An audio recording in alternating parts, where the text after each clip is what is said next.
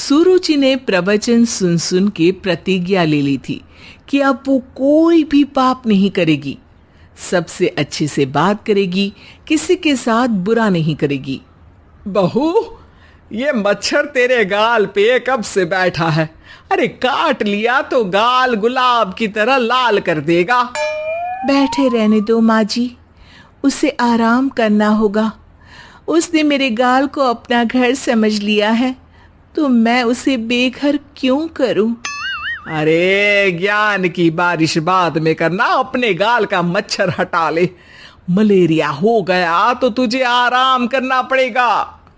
माँ जी, dengue malaria तो सांसारिक बीमारियां हैं, हमें इनसे ऊपर ही तो उठना है ना।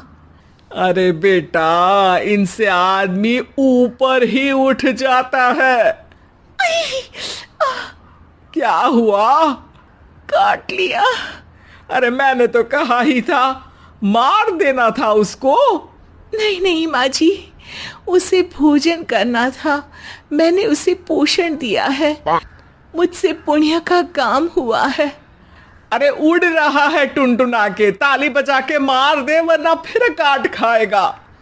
नहीं नहीं माँ जी, जीव हत्या करना पाप है।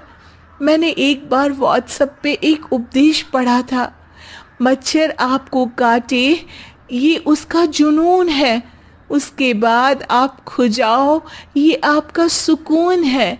लेकिन कभी मच्छर को मारना मत, क्योंकि उसकी रगों में आपका ही खून है। अरे तू और तेरा व्हाट्सएप का ज्ञान, भगवान बचाए। सुरुचि की ये पुण्य करने की आदत से कई बार सुरुचि का नुकसान होता, लेकिन फिर भी वो पाप से दूर रहती। सुरुचि, मेरे सर में जुएं हो गई है, निकाल दोगी? कोई आपको अपने घर से निकाले, आपको अच्छा लगेगा क्या? अरे लेकिन परेशान करती हैं जुएं, दिन भर सर खुजाता रहता हूँ। देखो, इसी बहाने तुम्हारे सर की चंपी हो जाती है। तुम्हें तो जुओं को थैंक यू कहना चाहिए। तभी बाहर से ससुर जी की आवाज आती है। बहू, बहू। अभी आई बाबूजी। बेटा सुनो, ये देखो चाय में ना मक्खी तैर रही है, दूसरी चाय ले आओ जाओ। ला दूंगी, पर मक्खी मत हटाइएगा। अरे क्यों बेटा? मक्खी चाय का सेवन कर रही है, अच्छा थोड़ी ना लगेगा आप बीच में अडंगा डाल देंगी तो। आपको अच्छा लगेगा क्या अगर कोई आपकी चाय छीन ले? अरे पर निकालूंगा नहीं तो मक्खी मर जाएगी बेटा। नहीं नहीं बाबूजी, आप उसे पीने दीजिए, पीकर उठ जाएगी। लेकिन बाबूजी मक्खी के साथ ही चाय पी जाते हैं। ये क्या किया बाबूजी?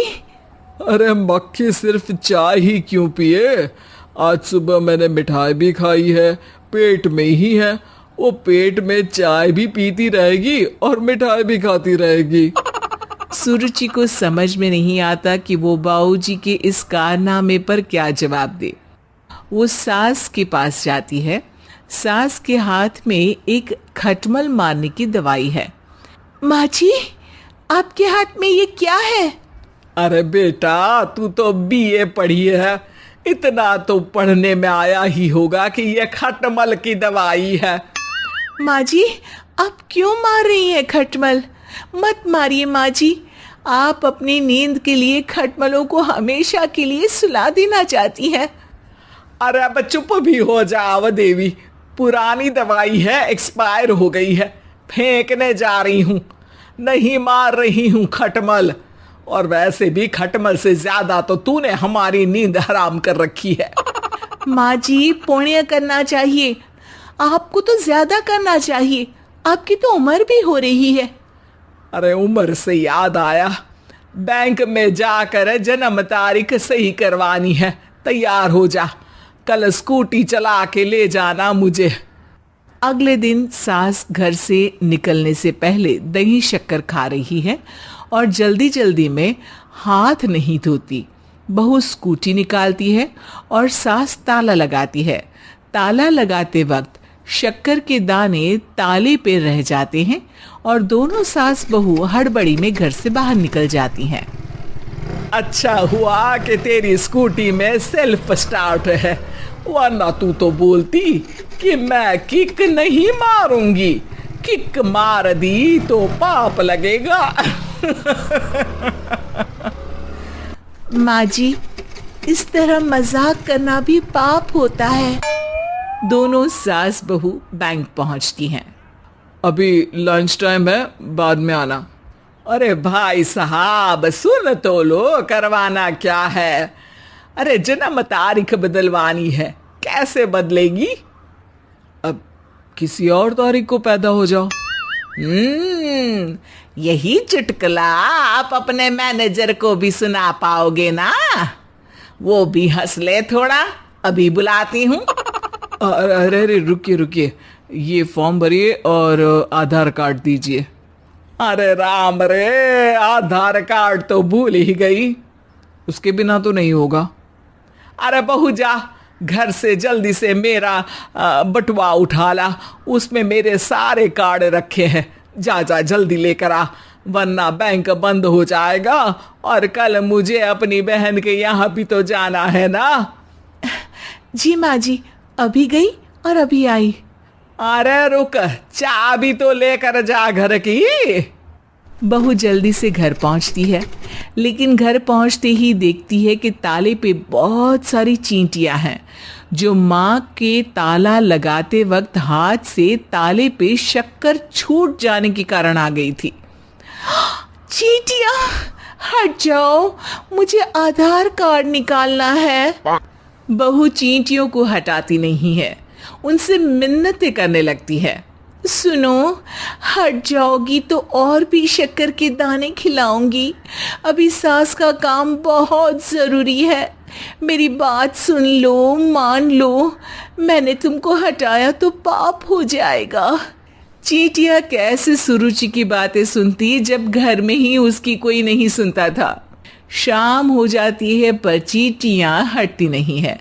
तभी सास वहां ऑटो से आ जाती है।